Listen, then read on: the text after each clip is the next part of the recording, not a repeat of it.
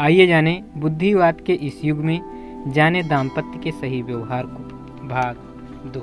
मित्रों, जीवन के प्रति सही दृष्टिकोण लेकर चलने का दाम्पत्य संबंधों और उसकी मधुरता पर बहुत कुछ प्रभाव पड़ता है। जो व्यक्ति जीवन को मात्र फूलों की सेज मानकर चलते हैं या वैसा ही पाने की आकांक्षा सजोए रहते हैं, वे भूलते हैं कि जीवन में सुख और दुख दोनों ही आते हैं। दोनों को भोगने के लिए सामान्य रूप से उत्साह सजोए रखने वाले व्यक्ति ही उसका सच्चा आनंद उठा पाते हैं। जो दाम्पत्य विवाह के पूर्व अपने भावी दाम्पत्य जीवन को मात्र सुखों की सेज मानकर उसमें प्रवृत्त हुए थे, उनकी यह मान्यता जब यथार्थ में थपेड़ों से टूटने लगती है, तब प्रायः ऐसा होता है कि वे आगत दुख का कारण अपने जीवन साथी को मानने लगते हैं। यह एक प्रकार की दुराग्रह ही होता है। जब कोई एक पक्ष जीवन को बोझिल, कटीला और असहाय मानकर उसका कारण अपने साथी को समझने लगता है, तो बात बात पर झल्लाने, डांटने, फटकाने और कलह करने लगता है। ऐसी स्थिति में दुख और भी असहाय हो जाता है। जिस दुख को एक दूसरे के स्नेह, सेवा, सहानुभूति और जीनो उत्साह के सहारे सहाय बनाया जा सकता था, वही अब भयंकर हो उठता है। इसलिए आरंभ से ही जीवन का यथार्थ स्वरूप लेकर चलना ठीक रहता है।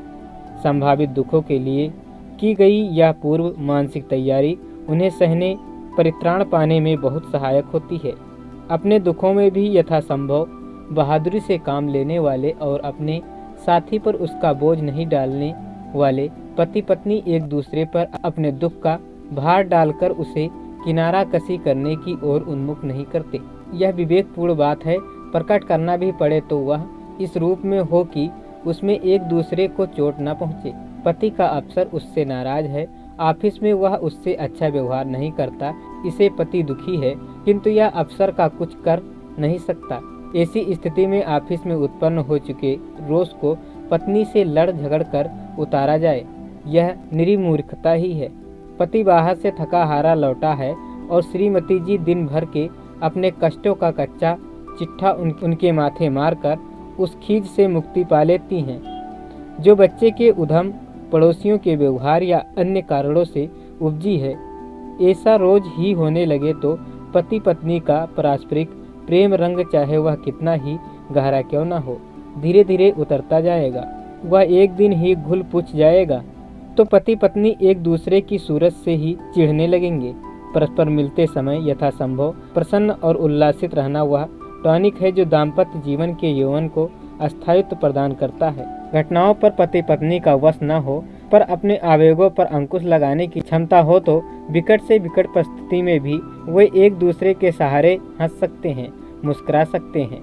पति कितना ही समझदार और पत्नी कितनी ही सहनशील हो, फिर भी यह बात वे कभी पसंद नहीं करते कि उनका साथी किसी दूसरे स्त्री पुरुष से उनकी तुलना करे, वह दूसरे की सराहना करे। पति को पत्नी का यह कहना, देखो श्रीमती किस सुंदर से घर संभालती हैं, और पत्नी द्वारा किसी अन्य मित्र या पुरुष प्रशंसा करना कभी एक दूसरे को अच्छा नहीं लगेगा। यह भूल अच्छे दाम्पत्य में मनोमलिन व आकांक्षाएं उपजा देती हैं। पारस्परिकता, एक निष्ठता पति पत्नी के लिए बहुत आवश्यक है। विवाह के पहले का जीवन कैसा ही क्यों न रहा हो, बाद का जीवन एक निष्ठ होकर जीना बहुत आवश्यक है। पति भूल कर भी विवाह के पूर्व किसी अन्य स्त्री से रहे रागात्मक संबंधों का जिक्र पत्नी से न करे, और न ही पत्नी को इसलिए विवश करे अति भावुकता के शिकार होकर जो पति पत्नी अपने विश्वास या निष्ठ को प्रदर्शित करने के उद्देश्य से अपने विवाह के पूर्व की ऐसी स्थिति एक दूसरे से कह देते हैं। यह भावुकता 95% दाम्पत्य के बीच संदेह का अंकुर उपजा देती है, जो जरा सी हवा पाकर भभक उठने वाली राख में दबी चिंगारी की तरह थोड़ा सा सहारा पाते ही पनप कर उनके विश्वास को तोड़ देते हैं।